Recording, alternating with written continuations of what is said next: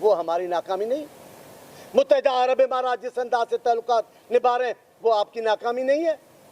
کس بات پہ آپ کامیاب ہوتے ہیں مجھے تو نہیں سمجھ میں آتا، لیکن آپ کے ایک ایک کر کے آپ کا جھوٹ ظاہر ہو رہا ہے، اور اب سب سے بڑا جھوٹ آپ کا ظاہر ہوا ہے۔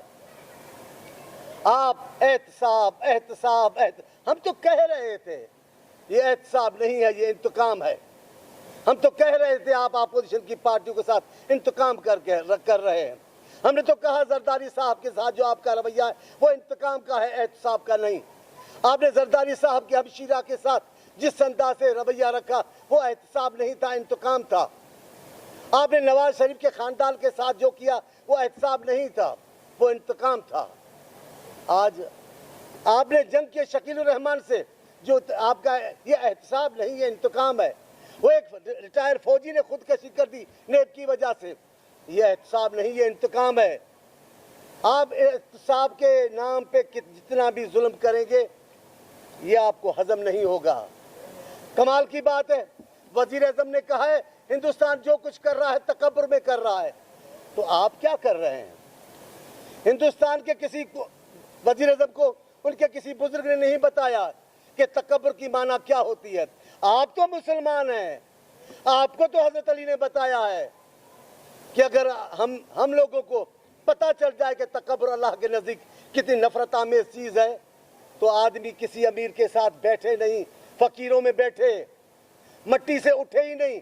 لیکن آپ کا مرضی ہے، آپ کی مرضی ہے اسلام کی، جس چیز کو مانے جس کو نہ مانے آپ کو کون روک سکتا ہے؟ آپ نے اپنے طریقے کی باتیں بنا لی ہیں۔ میں کہہ رہا ہوں یہ جھوٹ ان کا ظاہر ہو رہا ہے۔ ابھی ہیومن رائٹس واچ والوں کی جو رپورٹ آئی ہے یہ ان کا سب سے بڑا جھوٹ ہے۔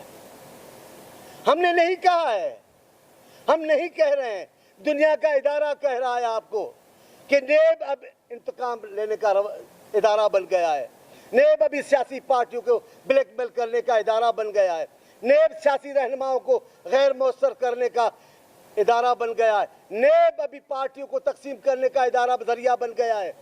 اب آپ کو دنیا کا ادارہ کہہ رہا ہے۔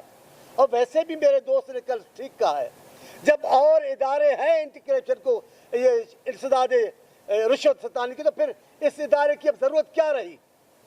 کل سپریم کورٹ کا بیان آج چھپا ہے کہ یہ کس نے اختیار دیا ہے ان کو اس قسم کی ملازمت نوکریاں بھرتی کرنے کی؟ یہ قانون سے ماورا ہے، ان سے کوئی نہیں پوچھے گا۔ انہوں نے جو سپریم کورٹ کو جواب دیا ہے، سپریم کورٹ کے ہائی کورٹس کے آئے دن ریمارکس آتے رہتے ہیں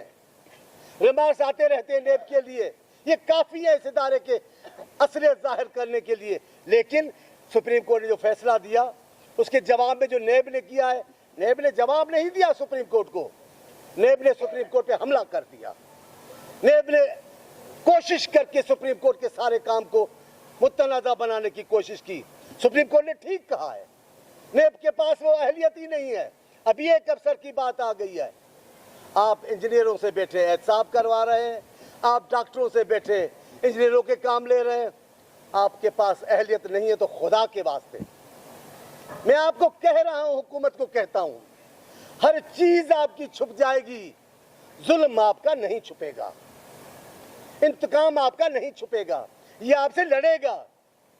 میں نام نہیں لینا چاہتا بہت سارے لوگوں کا، جن لوگوں نے بھی یہ کیا ہے ان سے وہ انصاف کے نام پہ اب قدرت لڑ رہی ہے۔ یہاں ایک وزیر صاحب ہیں، وہ دوسروں پہ ہنستے ہیں، عجیب و ایسے ہو گئے، بیمار ہو گئے، جھوٹ میں کرسی پہ بیٹھ کے چلتے ہیں، خدا نے ان کو کرسی پہ بٹھا دیا۔ ساری دنیا نے دیکھا وہ کرسی پہ بیٹھ کے ہاسپٹل سے نکل رہے ہیں۔ سائیں بڑے یہ تکبر کی باتیں آپ کو اچھی نہیں لگتی، وزیر اعظم کرے تو کرے، آپ تو تکبر کی بات نہ کرے۔ آپ کی سیاست پر جو ٹھپا لگا ہے وہ تو لگا ہے، لیکن اس انداز سے ابھی آپ اور مذاقیں کرنے جا رہے ہیں، قدرت آپ سے جو مذاق کرے گی وہ آپ دیکھ لیں گے۔ یہ لاٹھیاں آپ سے عنقریب چھن جائیں گی جن کے سہارے آپ چل رہے ہیں۔ اب دنیا کے ادارے نے آپ کو کہہ دیا آپ انتقام لے رہے ہیں، آپ زرداری صاحب سے انتقام لے رہے ہیں، آپ بلاول صاحب سے انتقام لے رہے ہیں، آپ نے زرداری صاحب کے ہمشیرہ سے انتقام کی کارروائی کی ہے، آپ نے نواز شریف کی فیملی سے کیا ہے، شہباز شریف سے کیا ہے، نواز شریف کی بیٹی کے ساتھ جو کیس بنائے، یہ سب آپ کا انتقام ہے۔ یہ آپ کو دنیا کہہ رہی ہے، ہم نہیں کہہ رہے، ہم پھر مطالبہ کرتے ہیں ان انتقامی کارروائیوں کو روکو. یہ انتقامی کارروائیاں عام بات نہیں ہے, یہ ظلم کی کارروائیاں ہیں, ظلم کی کارروائیاں آپ کو بھگتنی ہوگی, اور یہ وقت آئے گا سب کو چھوڑ دیں گے. یہ وزیر اعظم صاحب کے ساتھی جو باقی بچ گئے وہ بھی ہوش کر لیں, یہ فلاں کو چھوڑ سکتے ہیں, یہ آپ کو بھی چھوڑ دیں گے, یہ آپ کو بھی نہیں پہچانیں گے. ان کو پتا ہے کہ یہ آپ کی طاقت پر نہیں آئے, آپ ان کی طاقت پر کھڑے ہیں, اس لیے وہ آپ کے محتاج نہیں ہے, آپ سے آنکھیں بدل لیں گے. بھلے گالیاں دیتے رہے ہمیں وزیر اعظم صاحب کی طرف سے, اتنی غیر سنجیدہ حکومت, اتنی نااہل حکومت. ابھی 2 دن ہوئے ہیں اسمبلی میں آپ کے ساتھ اپوزیشن نے تعاون کیا, متفقہ قانون پاس ہوا, قانون پاس ہو گیا, شکریہ کے لیے وزیر خارجہ کھڑے ہو گئے, بڑے تم تراک سے اپوزیشن کا شکریہ ادا کیا, سلام پیش کیے, پھر آپ نے وہ کرائے والا گوریلا کھڑا کر دیا, ساری اسمبلی کے ماحول کو خراب کر دیا, عجیب و غریب انہوں نے باتیں کی. میں تو ہنستا ہوں, پی ٹی آئی میں اچھے بھی لوگ ہیں, پی ٹی آئی میں اچھے بھی لوگ ہیں, اس لیے وہ گم ہوتے جا رہے ہیں. اب جو بڑی بے حیائی سے, ڈھٹائی سے جتنا جھوٹ بولتا ہے اس کو ہی بولنے کا موقع دیا جاتا ہے. ساری پی ٹی آئی میں اب یہ 2-3 آدمی, ایک کراچی سے اینک والا جن, اور یہ 2, یہ آپ کو مل گئے ہیں. ان کی حیثیت سب جانتے ہیں. اب کل کھڑے میں بیٹھا تھا اسمبلی میں, کچھ نہیں بول رہے تھے, وہ پرچی پرچی پرچی, میں سن رہا تھا, میں ہنس رہا تھا. میں نے کہا بلاول صاحب کو تو عظیم نانے کے ورثے کی پرچی ہے, بلاول صاحب کو تو عظیم ماں کی پرچی ہے, بلاول صاحب کو باپ کے تدبر کی پرچی ہے, بلاول صاحب کے پاس عوام کی طاقت کی پرچی ہے, بلاول صاحب وقت کی آواز ہے. میں نے کہا میں پوچھوں آپ کے پاس پرچی کیا ہے؟ آپ کی پھٹی ہوئی پرچی سے تو سب واقف ہیں, آپ کی پرچی کی تو حیثیت وہ کیا ہے, رانا ثناءاللہ, انہوں نے کھول دیے کہ آپ کے پاس پرچی کون سی ہے. اس پھٹی ہوئی پرچی پہ اتنا فخر نہ کرو, کوئی کام ہے تو بتاؤ, ہمیں فخر ہے. اگر وہ عظیم ورثے پر آئے ہیں بلاول صاحب تو ہمیں کوئی شرمندگی نہیں. تاریخ میں ایسے کئی معاملات ہیں, کئی عظیم المرتبت ہیں جو عظیم ورثے کی بنیاد پا کر قیادت کرتے ہیں قوموں کی. بلاول صاحب بھی اس عظیم المرتبت فلسفے پر, قربانیوں کے ورثے پر کھڑے قیادت کر رہے ہیں. آپ کہاں ہیں, آپ کہاں سے آئے جی, آپ تو بتائیں اپنی, آپ تو اپنا حسب نسب بتائیں. حسب نسب باپ ماں کی بات نہیں ہوتی, حسب نسب آپ کے کام کا بھی ہوتا ہے. آپ کہاں کس ورثے پہ کھڑے ہیں؟ پرچی پرچی پرچی, میں پھر کہہ رہا ہوں, بار بار کہہ رہا ہوں, ان کی پرچی کی حیثیت سب کو پتا ہے. یہ پرچی کرتے ہیں, ان کی پی ٹی آئی خود ہنسنے لگتی ہے. بھلا میں آپ سے پوچھتا ہوں خدا کے واسطے, پی ٹی آئی والوں, کوئی آپ کے پاس اور آدمی ہے نہیں ہے؟ کوئی شریف انسان ہے نہیں ہے؟ یا کہہ دو کہ آپ کے پاس اچھی بات کرنے والا کوئی نہیں ہے, آپ اسی کو بھیجیں گے. بلاول صاحب تقریر کر رہے تھے, ساری پارلیمنٹ سن رہی تھی, ان کے لوگ بھی سن رہے تھے, کیونکہ وہ سیاسی بات کر رہے تھے, وہ تدبر کی بات کر رہے تھے, وہ شائستگی سے بول رہے تھے. یہ مزاحیہ اداکار انہوں نے کھڑا کر دیا, اور میں نے دیکھا بخدا ساری پی ٹی آئی نہیں تھی, 4-5 آدمی تھے پی ٹی آئی کے جو ان کے ساتھ کھڑے تھے, ان کو ہمت دے رہے تھے کہ یہ بولیں. ظاہر ہے اس کے پاس پرچی ایسی تھی, ان کو بھی اس پرچی میں کام ہے. آپ کو پتا ہے نا اس پرچی میں کام پڑے گا ان کا, سب ان کے دوست ان کی پرچی کے پیچھے پڑے ہوئے ہیں. لیکن یہ پرچی کتنوں کو پڑھائیں گے ابھی تک تو میں نہیں کہہ سکتا, مجھے تو شرم آتی ہے. اور کہہ رہے تھے ہم وہ لہجہ نہیں استعمال کرتے. ڈوب مرے آپ. پیپلز پارٹی کا یہ ترہ امتیاز ہے کہ پیپلز پارٹی قیادت اخلاق سے گر کر بات نہیں کرتی, غیر سیاسی بات نہیں کرتی. آپ گالیاں دے رہے تھے, بلاول صاحب تقریر کر رہے تھے, ہم سب خاموش میں سے سن رہے تھے. شور کیوں نہیں کریں گے؟ جب آپ گری ہوئی زبان استعمال کریں گے, اشاروں سے باتیں کریں گے, تو پیپلز پارٹی کارکن چپ تو نہیں ہوں گے. آپ نے ماحول خراب کیا ہے.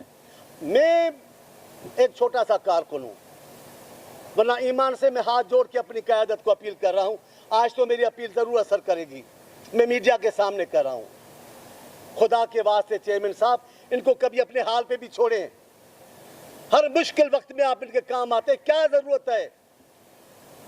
آپ پاکستان کے لیے کر رہے ہیں, پاکستان کی حکومت ان کے پاس ہے, یہ آپ کی بات نہیں مانتے. آپ ذوالفقار علی بھٹو کے وارث ہیں, آپ سچے پاکستانی قوم پرست ہیں, آپ بی بی کے وارث ہیں, آپ سچے پاکستانی قوم پرست ہیں. جناب اعلیٰ, یہ پاکستانی قوم پرست نہیں ہیں, یہ پاکستان کی سیاست کی بنیاد پر سیاست نہیں کرتے. یہ جن کی سیاست کرتے ہیں وہ سب جانتے ہیں, اور عنقریب میں کہہ رہا ہوں, عنقریب میں کہہ رہا ہوں, ان سے یہ لاٹھی چھن جائے گی, ان سے بیزار ہو جائیں گے, لوگ نکلنا شروع ہو جائیں گے, پھر ان میں طاقت نہیں ہے. اب کتنے جھوٹ بولیں گے؟ اب کون سا جھوٹ رہ گیا ہے؟ یہ بھی نیا جھوٹ کل ایک بولا ہے, 50,000 ارب روپے, پتہ نہیں کیا کتنے بولے, 50,000 ارب. میرے کو وہ یاد بات آتی ہے, وہ قوال کہہ رہا تھا کہ مدینے آؤں, مدینے جاؤں, مدینے آؤں, مدینے جاؤں, تو وہاں کوئی درویش بیٹھا تھا.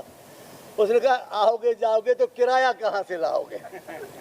یہاں روٹی کھانے کو پیسے نہیں ہیں, 50 ارب کا لاہور میں دوسرا شہر بناؤ گے. جو شہر بنے ہوئے ہیں ان کو تو ٹھیک کرو, آئے دن لاہور ڈوب جاتا ہے.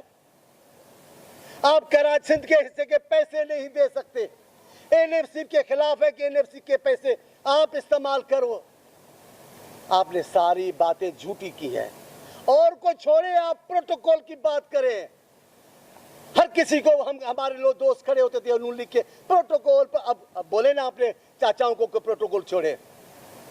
اب جو جن کو حق نہیں ہے پروٹوکول لینے کا وہ لے کے گھوم رہے ہیں. آپ دیکھیں, باتیں بتائیں نا, بتائیں. میں پوچھ رہا ہوں بار بار, کون سا گورنر ہاؤس گرایا ہے؟ پرائم منسٹر ہاؤس میں کون پڑھ رہے ہیں؟ میں تو بڑی اچھی اچھی باتیں پوچھ رہا ہوں, لڑ نہیں رہا ہوں. کس ملک نے مرغیاں تقسیم کر کے ترقی کی ہے؟ اسلام کا اتنا بڑا ایٹمی ملک, اتنا بڑا پاکستان, اب اس کی ساری معیشت آ کر یہاں کھڑی کی ہے. جھوٹ, سارے جھوٹ. یہ تو کھل گیا نا نیب والا جھوٹ. عنقریب لوگ کھڑے ہو جائیں گے, عنقریب یہ آپ کو دینے جو لے رہے دینے پڑ جائیں گے آپ کو. آپ کا تکبر آپ کے گلے میں پڑے گا, آپ کا ظلم آپ بھی بھگتو گے, آپ کی انصاف کے خلاف کاروائیاں آپ بھی بھگتو گے. آپ پکڑ, میں تو حیران ہوں لوگوں پہ, درویشوں پہ. وہ بزدار بزدار بزدار, بابا بزدار کے پیچھے جو اس کی تو بات کرو. چوروں کی بات کریں گے, چوروں کی رانی اور بادشاہ کی بات نہیں کریں گے. کون پسے پردہ کام چلا رہا ہے؟ سر آئینہ میں راکس ہے, پس آئینہ کوئی اور ہے. یہ سامنے والوں کو بول رہے, جو پیچھے پیچھے جو کام چلا رہے ہیں, جو بیوروکریسی چلا رہے ہیں, جو سارے کام لے رہے ہیں, ان کا کوئی تذکرہ آئے گا. آپ لوگوں کے خاندانوں پہ بات کر رہے ہیں, آپ کی بھی پردہ نشینی نہیں رہے گی. لوگ آپ پہ بھی بات کریں گے. ابھی احترام کر رہے ہیں, ابھی ہمارے قائد نے تو خدا کی قسم مجھے بلاول صاحب کی منع کی ہوئی ہے, پیپلز پارٹی کارکنوں کو منع کی ہوئی ہے کہ عمران خان صاحب کی ذاتیات پہ نہیں بولا جائے گا, عمران خان صاحب کے خاندان پہ نہیں بولا جائے گا, عمران صاحب کے والد کا نام نہیں لیا. ہم تو قسم میں کہہ رہا ہوں, مجھے کہا ہے. پھر میں نے کہا صاحب یہ تو شرافت کی تربیت ہے, یہ شرافت کی تربیت, یہ خون کا اثر ہے, آپ کی والدہ کا اثر ہے, آپ کے والد کا اثر ہے, آپ کے نانا کا اثر ہے. یہاں بدقسمتی سے نہ پٹھان ہے نہ پنجابی ہے, نہ پٹھانوں کی ثقافت ہے نہ پنجابیوں کی ثقافت ہے. دوسروں کی پگڑیاں اچھالنا, دوسروں کو بے عزت کرنا, لوگوں کے خاندان کو بے عزت کرنا. آج کہا ہے جناب, وہ کیا کہا ہے, ہم کشتیاں جلا کے آئے ہیں. آپ نے کشتیاں نہیں جلائی, آپ نے پاکستانیوں کی امیدوں کو جلا کے رکھ دیا ہے. آپ پاکستانیوں کے نوجوانوں کے مستقبل کو جلا کے رکھ دیا ہے. آپ نے کشتیاں نہیں جلائی, آپ پاکستان کے مستقبل کو جلانے جا رہے ہیں. انشاءاللہ پاکستان کے ادارے, پاکستان کے غیرت مند لوگ آپ کو اس کی اجازت نہیں دیں گے. میں بس بات ختم کر رہا ہوں, آپ کے سامنے تیسری بار آیا ہوں, یہی کہتا ہوں, آ کر یہی ختم کرتا ہوں ہمیشہ, کہ اس حکمرانی کا دن ہر دن پاکستان کے لیے بھاری ہوگا. صوبوں کو آپ بیزار کر رہے ہیں, صوبوں میں بے چینی ہے. اپنی پارٹی بنا کر اگر آپ پختونخوا کو مطمئن رکھنا چاہتے ہیں تو پختونخوا مطمئن نہیں ہے. ان پختونخوا کے لوگوں سے ملو تو صحیح. ہم سے سینٹ میں ملتے ہم سے بات کرتے ہیں, ہمیں باہر ملتے ہم سے بات کرتے ہیں. آپ بلوچوں سے بات تو کریں. آپ سندھیوں کو تو پاکستانی سمجھتے نہیں ہیں, صرف آپ ہیں. آپ نے جان بوجھ کے اس انداز سے, میں میڈیا سے بھی کہہ رہا ہوں, مجھے احساس ہے آپ کی مجبوریوں کا, مجھے احساس ہے آپ کی انتظامیہ کا, مجھے آپ کے مالکوں کے مفادات کا بھی پتہ ہے, لیکن خدا کے واسطے پاکستان اس اسٹیج پر ہے کہ صوبوں کے لوگ بیزار ہوں, لوگوں کی زندگی اجیرن بن جائے, میڈیا کے لوگ. اتنا مشکل وقت صحافی دوستو کب تھا؟ اتنی لاوارسی کا وقت کب تھا؟ میں آپ سے بھی کہتا ہوں, آپ بھی ذرا حمایت بھی کریں, پر ذرا احتیاط تو برتیں نا. ایسے نہ ہو کہ جب ان کے گناہوں کا احتساب ہو تو گناہوں کا بوجھ آپ پہ بھی پڑ جائے. آپ سے بھی پوچھا جائے, ہم تو نہیں پوچھ سکیں گے, اللہ تو ضرور آپ سے پوچھے گا کہ آپ کو قلم جو ہاتھ میں دیا تھا 100 باتوں میں سے 10 تو آپ صحیح کہتے کہ یہ ہیں کون. اللہ آپ کو خوش رکھے, ہمارا اور آپ کا ناطہ ہمیشہ قائم رہے گا, ہم بولتے رہیں گے آپ کے ساتھ انشاءاللہ. تب تک ہماری جدوجہد رہے گی جب تک اس ملک میں حقیقی جمہوری حکومت قائم ہوگی, جمہوریت کے روح والی حکومت کا, نام کی نہیں. میں پھر کہہ رہا ہوں, ظلم کرنا بند کریں, احتساب کے نام پہ انتقام بند کریں. جس احتساب کے ادارے کی ضرورت نہیں ہے, جو اپنی ساکھ ختم کروا چکا ہے, اس ادارے کو بند کرنا ہی بہتر ہے. ان کے ملازمین کو کہیں اور لگائیں. احتساب کے لیے بہت سارے ادارے موجود ہیں. آپ کو عدلیہ پر اعتبار ہے تو عدلیہ سے احتساب ہو سکتا ہے. عدلیہ بھی اس وقت تاریخی فیصلے کر رہی ہے. کون سا فیصلہ آپ کے خلاف آئے گا؟ جو آپ کے انصاف کا ہوگا وہ آپ کی حمایت میں بھی آ جائے گا. بس میں آپ سے یہی بات کہنا چاہتا ہوں, اللہ تعالیٰ پاکستان کو قائم رکھے, اللہ پاکستان کو درست راستے پہ لے کے جائے, اور پاکستان کے لوگوں کی زندگی میں آسانیاں پیدا ہوں, ان کی زندگی میں سکون آئے, ان کے ادارے باوقار انداز سے دنیا میں چلیں. پاکستان کے سیاستدان, پاکستان کے فوجی, پاکستان کے جج, پاکستان کے وکیل, پاکستان کے ڈاکٹر, پاکستان کے صحافی سب فخر سے کہہ سکے کہ جناب ہم پاکستان کے. جی جی جی. کس کے بارے میں؟ پرچی کون ہے؟